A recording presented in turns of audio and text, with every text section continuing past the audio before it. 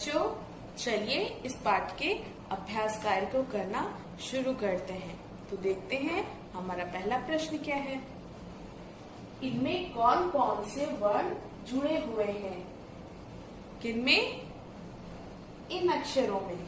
और इन अक्षरों को क्या कहते हैं? मैंने आपको बताया था, बिल्कुल सही, संयुक्ताक्षर।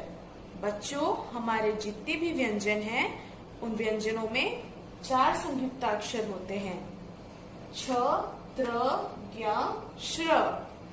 और संयुक्त अक्षर जो होता है वो 2 वर्णों से मिलके बनता है। आपको तो पता है ना? तो चलिए इसको हम अब करते हैं। हमारा पहला अक्षर क्या है? श, जो कक्षा में जिसका प्रयोग किया जाता है। क, श और श में आ की मात्रा, कक्षा।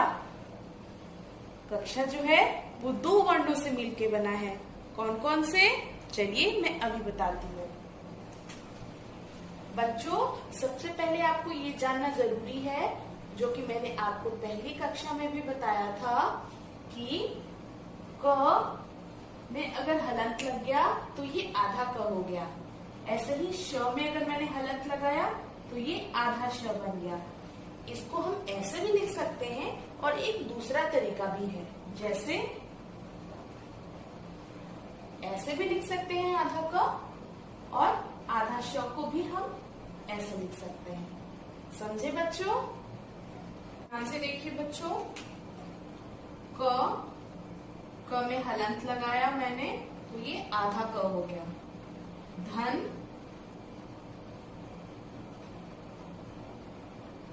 षटकोण श, षटकोण श, क, धन, श, श। अगला है त्र,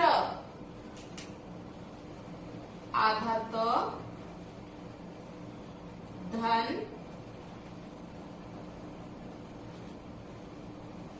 र, त्र। चलिए बच्चों, देखते हैं ज्ञ कौन कौन से अक्षरों से मिलके बनता है। ज्ञ, आधा ज, मैंने पहले बताया था, ज में हलंत लगाना है, ये आधा हो जाएगा। धन, इय बराबर ज्ञ। अगला है श्र, श्रमिक। श्रमिक भी 2 अक्षरों से मिलके बना है। शलगम, श, शलगम, आधा श, धन, र बराबर श्र, श्रमिक। बच्चों, हमारा अगला प्रश्न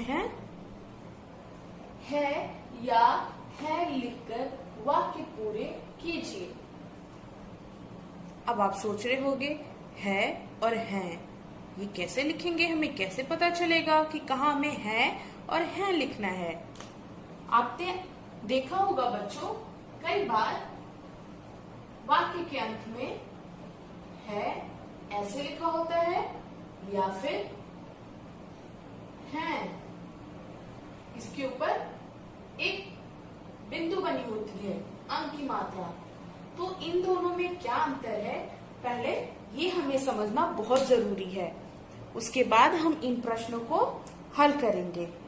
बच्चों, आप हमेशा याद रखना, जहां भी एक वचन होता है वहां पे हमें है लिखना होता है, जिसमें ऊपर अंक की मात्रा नहीं होती है।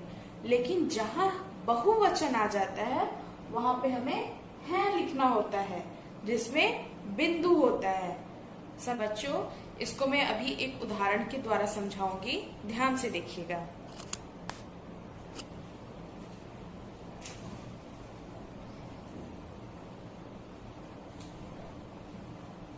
मेरे पास एक किताब। बताइए बच्चों, यहाँ क्या होगा? ध्यान से देखिएगा। एक, यहाँ क्या आएगा? है या है? बिल्कुल सही। यहाँ एक वचन है, इसलिए यहाँ हम है का प्रयोग करेंगे। है, देखिए यहाँ पे कोई बिंदु नहीं है, लेकिन जैसे ही हम ये बोलते हैं, मेरे पास 2 किताबें। अब देखिए बच्चों, जैसे ही एक से अधिक कोई भी सामान होता है तो वो बहुवचन हो जाता है, मतलब अनेक शब्द बन जाते हैं। तो यहाँ पे एक किताब नहीं है, 2 किताबें हैं, तो यहाँ क्या होगा? है, जिसमें बिंदु लगा हुआ है।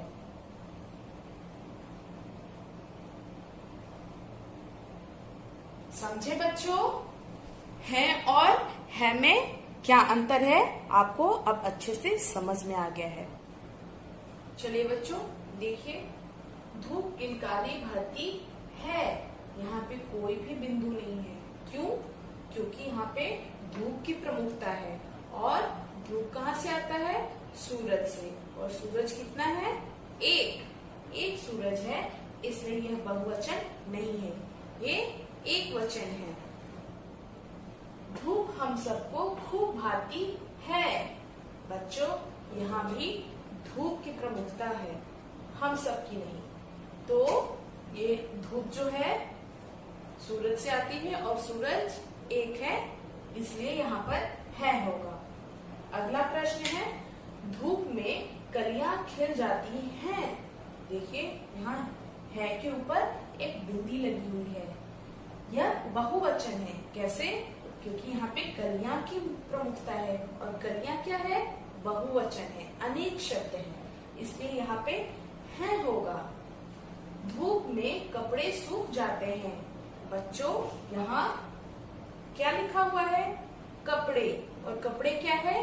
बहुवचन है, तो इसलिए यहाँ पर है होगा, हमें बिंदु होगी। समझे बच्चों?